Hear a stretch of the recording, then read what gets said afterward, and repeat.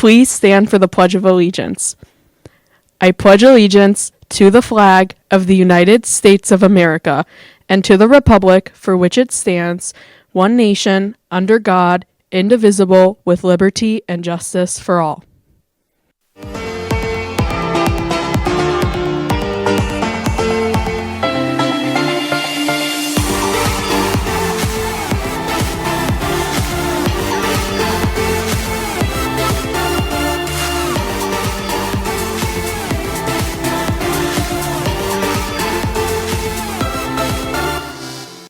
FM. Today is Monday, October 27th, an odd day. I'm Lucas. And I'm Michael. And today's announcements. You may have forgotten over the weekend, but a couple of groups are meeting today after school. First Yearbook Club will be in Miss Simpson's room out in House 3. They'll be testing all the software to build the books and get started with some hands-on tasks. All are welcome.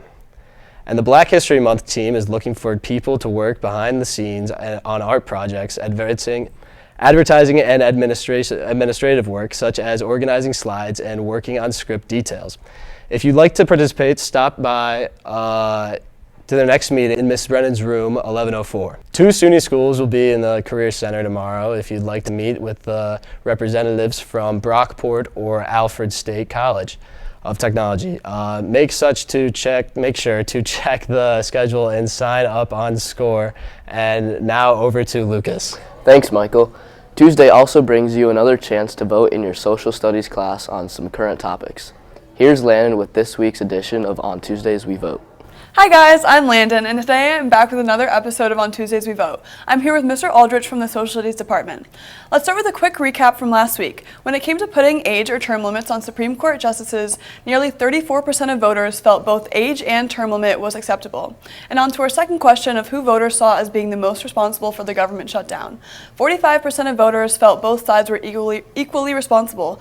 Mr. Aldrich, any thoughts on these questions? Yeah, the Supreme Court age and term limit question is very interesting because besides the President of the United States, we really don't have term limits for any other branch of government. And so especially as people are living longer, that age limit question too is really becoming forefront in the minds of a lot of voters, especially as politicians and judges are living longer and staying in those positions longer. And the government shutdown has been in the news a lot lately, and so it's very interesting, right? There's a good amount of the students seem to believe that it's both sides are equally responsible, and so it's just interesting to see where the students kind of lie on that, and makes me always question as a government teacher, where are they getting their information from, if they're seeing both sides, so it's good to see kind of a diverse amount of thoughts on that. Okay, and then on to the question students will be asked tomorrow in their social studies classes about Election Day coming up on November 4th. Mail-in voting is always a topic discussed around elections. The question asks, is mail-in voting a good way to ensure that participating in elections is accessible for voters, while still maintaining election security and integrity? Mr. Aldrich, thoughts on this? Yeah, the mail-in voting obviously has been around for quite a long time, but it really got really prominent during the COVID-19 pandemic when many people couldn't make it to the polls. And so then the questions became of who's actually able to get mail-in ballots. If they're, again, how do you check to make sure it's the accurate people that are turning them in? But also the dilemma of if people can't make it to the ballot, make it to the voting booths, to be able to allow those citizens to be able to have an opportunity to vote. So it'll be interesting to see what the students think about this one as well. And then the New York State Regents question. As you know, it's a requirement for all students to get to New York State Regents to graduate, but it hasn't always been like that. It's relatively, the history of education is pretty a new thing.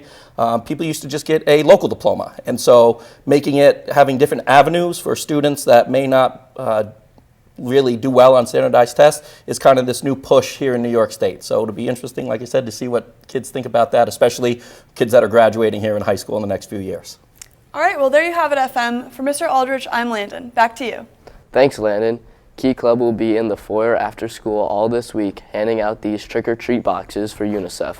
Whether you're taking some younger siblings out trick-or-treating or doing it yourself, help make a difference this Halloween for UNICEF. In Hornet Sports, there will be a preseason meeting for all new and returning members of the girls wrestling team after school. Meet in the 1109 LGI at 3 p.m. tonight. Only one team in action tonight as the boys volleyball team travels over to JD for a 6:30 match. Well, that's all we have for today. I'm Lucas. And I'm Michael. Have a great day, FM.